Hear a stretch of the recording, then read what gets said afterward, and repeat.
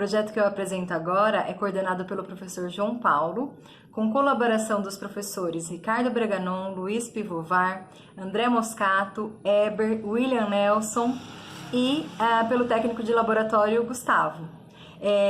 O estudante que ajudou no desenvolvimento do protótipo é o Adelar Bacon, do curso de engenharia. O protótipo que eu apresento para vocês agora é um robô de alto equilíbrio. Vem conhecer! Saudações a todos, eu sou Adelar Bacon, o apresentador. Faço engenharia de controle e automação e estou aqui para apresentar o meu projeto do IFTEC, protótipo de um robô de alto equilíbrio. O docente responsável por esse projeto é o professor João Paulo Almeida. Esses são os tópicos que irei apresentar ao longo desse trabalho.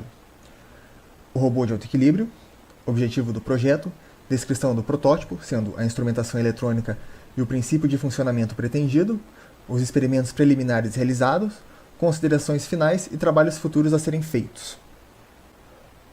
O robô de alto equilíbrio também é chamado de robô do tipo pêndulo invertido, devido à complexidade de controlar ele, já que ele está submetido a uma instabilidade natural, uma vez que ele deve se manter equilibrado sobre duas rodas, mantendo um ângulo constante de 90 graus. Qualquer ângulo diferente de 90 graus levaria ele a cair. Tal princípio de equilíbrio é o mesmo dos robôs bípedes, que vem se tornando comum em diversas aplicações, como em veículos autoequilibrantes. O protótipo desse projeto visa reproduzir esses movimentos de robôs bípedes, humanoides, mesmo que em escalas laboratoriais e muito mais simples. Aqui temos um exemplo de um robô de alto equilíbrio. Esse é o Handle, um robô da Boston Dynamics, uma empresa de engenharia robótica. Ela é famosa pelos projetos que desenvolve, como este. Como pode ver, ele é um robô bípede, ele possui duas pernas, porém ele se movimenta utilizando rodas, pois isso garante a ele uma velocidade e uma agilidade muito maior. As pernas dele acabam funcionando como suspensões, que garante que ele consiga se movimentar em superfícies que não são totalmente planas.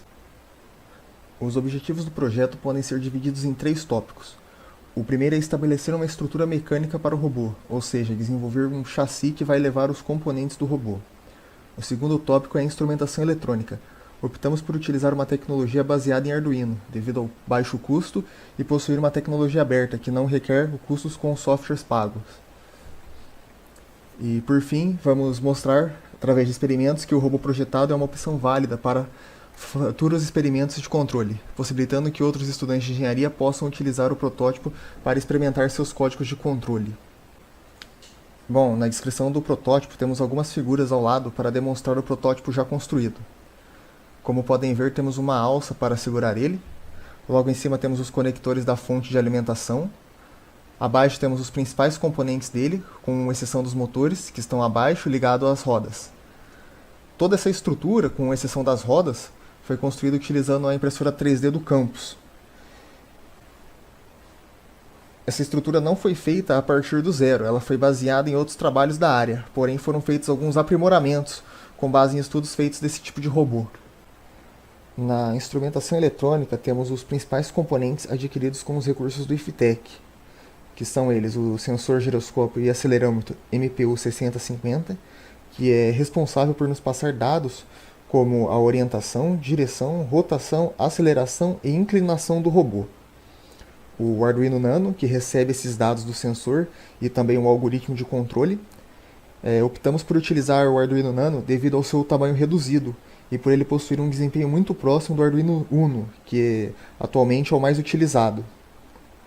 Para controlar as rodas, temos o motor de passo NEMA 17. Os motores de passo é um tipo de motor elétrico que é capaz de realizar movimentos muito precisos.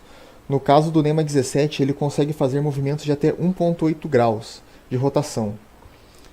Para controlar os motores de passo é necessário o uso de um drive. No NEMA 17 é utilizado o A4988.